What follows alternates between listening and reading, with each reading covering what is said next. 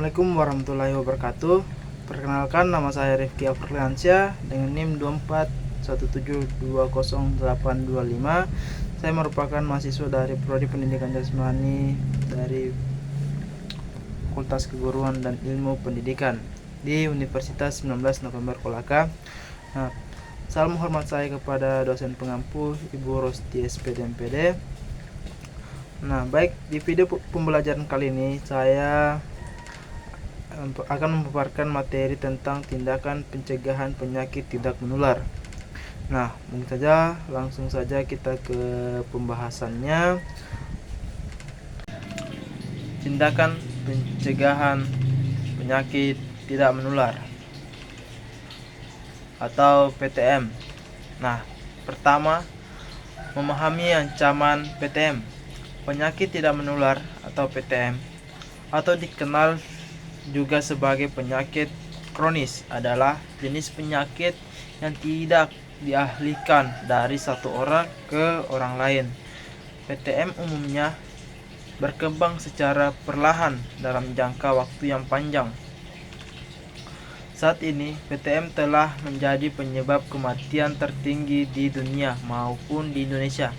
Ada 4 jenis PTM utama yang bertanggung jawab atas sebagian besar kasus adalah: pertama, penyakit kardiovaskular seperti jantung koroner, gagal jantung, dan stroke. Yang kedua yaitu kanker paru-paru, kanker serviks, kanker payudara, dan kanker usus. Yang ketiga, penyakit pernapasan kronis, penyakit paru-paru obstruksi kronis, dan asma. Yang keempat, diabetes mellitus, khususnya tipe 2 yang sangat dipengaruhi oleh gaya hidup. Berbeda dengan penyakit menular yang disebabkan oleh mikroorganisme, virus atau bakteri. Nah, PTM sangat erat kaitannya dengan gaya hidup, faktor lingkungan, dan genetik. Kabar baiknya, sebagian besar PTM sebenarnya dapat dicegah melalui intervensi perilaku yang tepat. Nah, kita lanjut yang kedua yaitu faktor risiko PTM. Apa yang harus diwaspadai? Sebelum melakukan pencegahan, kita harus memahami apa yang memicu PTM. Faktor risiko ini dibagi menjadi 2 kategori. Nah, yang kategori pertama, A. Faktor resiko yang tidak dapat diubah. Usia. Resiko PTM meningkatkan seiring bertambahnya usia akibat penurunan fungsi organ. Yang kedua, jenis kelamin. Berbeda penyakit lebih rentan menyerang jenis kelamin tertentu. Misal stroke pada pria, lupus atau kanker payudara pada wanita. Nah, selanjut ke genetik keturunan. Riwayat keluarga dengan diabetes atau hipertensi meningkatkan risiko seseorang terkena penyakit yang sama. Selanjut yang ke B, faktor risiko yang dapat diubah. Fokus utama pencegahan: kebiasaan merokok dan paparan asap rokok. Kurang aktivitas fisik, pola makan buruk, konsumsi minuman beralkohol, stres kronis yang tidak dikelola dengan baik. Lanjut ke yang ketiga, strategi utama pencegahan PTM. Kementerian Kesehatan Republik Indonesia telah merumuskan pedoman praktis pencegahan PTM yang dikenal sebagai CERDIK. Ini adalah fondasi utama dalam memutuskan rantai risiko PTM. Nah, ada beberapa. Yang pertama itu cek kesehatan secara berkala. Banyak PTM yang bersifat silent killer muncul tanpa gejala awal. Oleh karena itu, deteksi dini secara rutin sangat krusial. Parameter yang harus dicek minimal 6 bulan hingga 1 tahun sekali. Tekanan darah untuk mendeteksi hipertensi, kadar gula darah untuk mendeteksi diabetes atau prediabetes, kadar kolesterol, membantu resiko penyumbatan pembuluh darah, indeks massa tubuh IMT, lingkar perut untuk mendeteksi obesitas lingkar. Nah, kita lanjut kedua, yaitu enyahkan asap rokok. Rokok mengandung ribuan zat beracun yang merusak dinding pembuluh darah dan memicu mutasi sel. Bagi perokok, segala bulatkan niat untuk berhenti. Gunakan fasilitas konsultasi berhenti merokok jika diperlukan.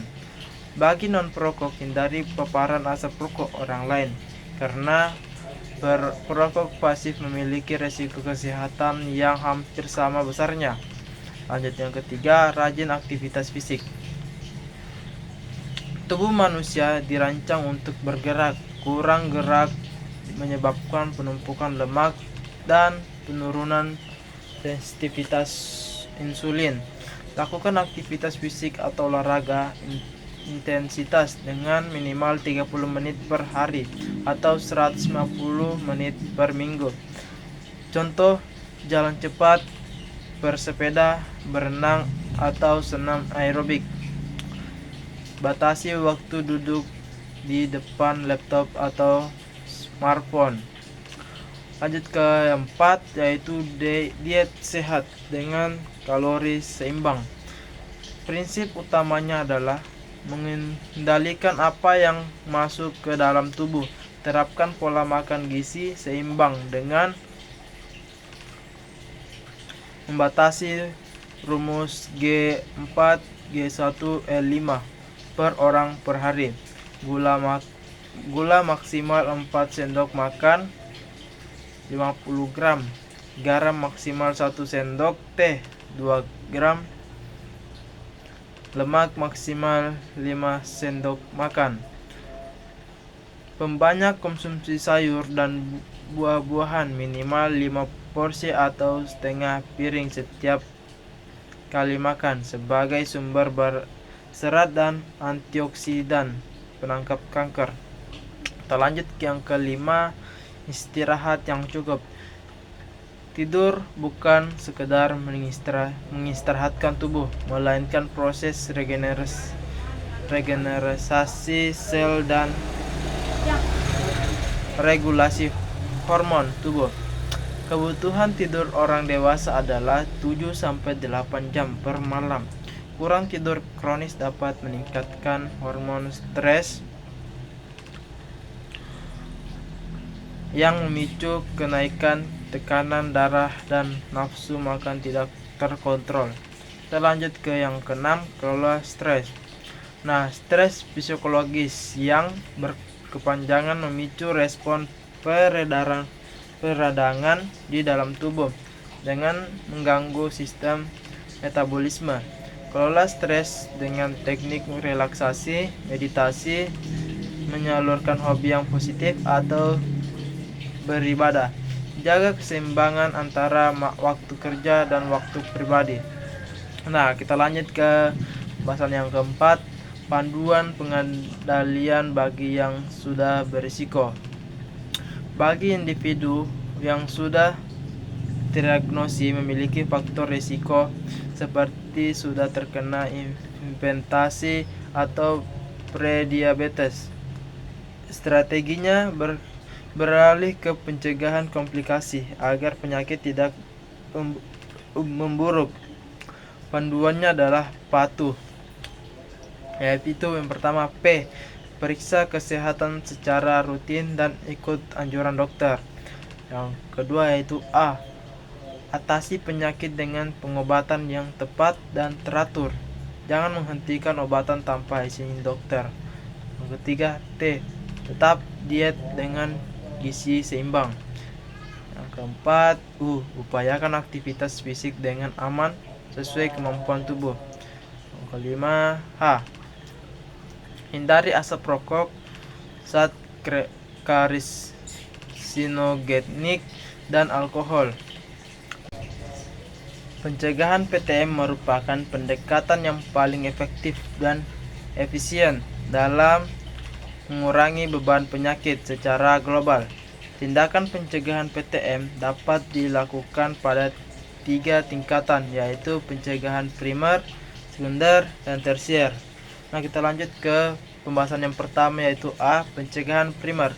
Nah, pencegahan primer bertujuan untuk mencegah terjadinya penyakit pada individu yang sehat. Tindakan ini, pencegahan primer, meliputi menerapkan pola makan sehat dan seimbang, merupakan salah satu langkah pencegahan primer yang paling fundamental.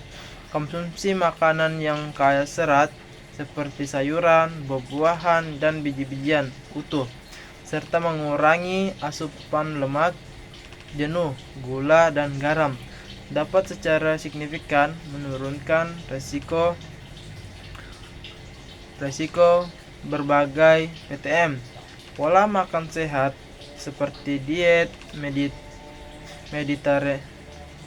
Mediterranean telah terbukti secara ilmiah dapat menurunkan resiko penyakit kardiovaskular, diabetes tipe 2, dan beberapa jenis kanker. Melakukan aktivitas fisik secara teratur adalah pilar utama dalam pencegahan PTM. Olahraga aerobik seperti jalan cepat, berlari, berenang, atau bersepeda dapat meningkatkan kesehatan jantung, menjaga berat badan ideal, meningkatkan aktivitas insulin, dan memperbaiki profil lipid darah. Selain itu, latihan kekuatan otot juga penting untuk pencegahan osteoporosis dan sarkopenia yang merupakan masalah kesehatan umum pada usia lanjut. Tidak merokok dan tidak menghindari paparan asap rokok merupakan tindakan pencegahan yang sangat efektif, karena merokok merupakan faktor risiko utama berbagai PTM, termasuk kanker paru-paru, penyakit jantung koroner, dan stroke. Berhenti merokok pada usia berapapun dapat memberikan manfaat kesehatan yang signifikan. Membatasi konsumsi alkohol juga merupakan bagian penting dari pencegahan PTM. Konsumsi alkohol yang berlebihan dapat meningkatkan risiko penyakit hati, kanker, penyakit jantung, dan gangguan kesehatan mental. Bagi sebagian orang, tidak mengkonsumsi alkohol sama sekali adalah pilihan terbaik.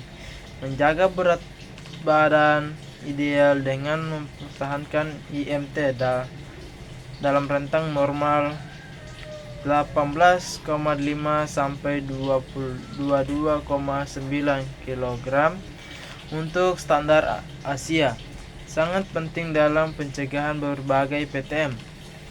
Penurunan berat badan sebesar 5-10% saja pada individu yang kelebihan berat badan sudah dapat memberikan manfaat kesehatan yang bermakna. Kita lanjut ke yang ke B, pencegahan sekunder. Nah, pencegahan sekunder bertujuan untuk mendeteksi penyakit pada stadium awal sebelum menimbulkan gejala yang nyata, sehingga pengobatan dapat dilakukan lebih dini dan efektif. Tindakan pencegahan sekunder meliputi pemeriksaan kesehatan berkala atau medical check-up adalah cara terbaik untuk mendeteksi PTM secara dini.